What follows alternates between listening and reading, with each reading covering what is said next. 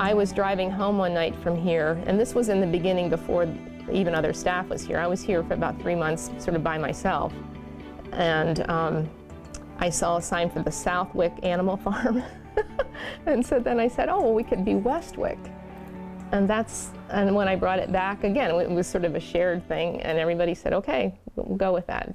What Westwick House was, you know, was the seed that sprouted. I mean, all the fundamentals in a compressed way were here. It was the idea of working with mentally ill adults, helping them transition to more happy and productive lives. This was a whole different situation. I think we were fortunate to have the leadership that we had, Alan and Audie, from the start here at Westwick House. You know, we did a lot of innovative things. It was a very exciting time to be doing something very new.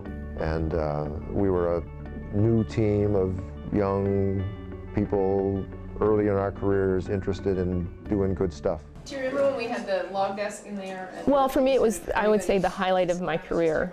I've done other things since then, but this was really, you know, something that I hadn't expected to be able to do at that age. I think I'm probably the organizational historian because I've been here, you know, for 35 years.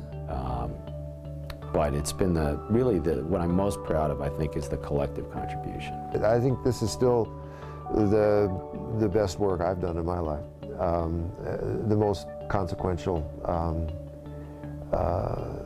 you know, in terms of actually making a difference in people's lives. It was a lot of learning how to live with other folks and be considerate, and you know, we spent a lot of time on that sort of thing. A lot of time on just how does it this house is going to run.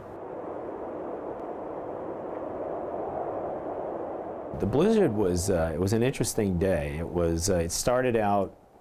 I don't think anybody predicted that it was going to turn out the way that it did, and we were having a staff meeting upstairs on the 3rd floor in the attic, and you could start to hear cars skidding as they were trying to make it up the hill. And I looked out the window, and it's about 2 o'clock. Snowflakes are coming down about the size of golf balls.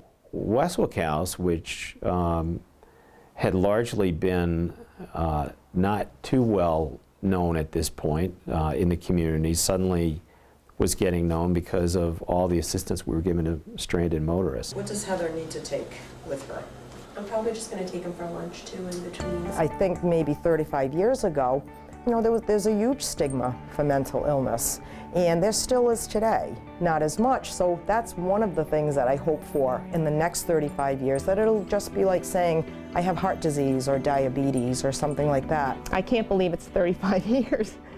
But you know, it's really all along the way. I think some of those early ideas of just trying to do the best we can and work it out. It was partly what contributed to the growth. Having been at Westwick House as first a mental health counselor, and then as a director, and then eventually as a director of programs for the fellowship, and then ultimately as CEO, it's all very satisfying. We're just getting better and better, and you know, it started with 1 state, and now we're up to 7 states, and I just think that, you know, we just keep going and progressing, and I really do feel that it is an honor to be the director of the very first group home in Rhode Island.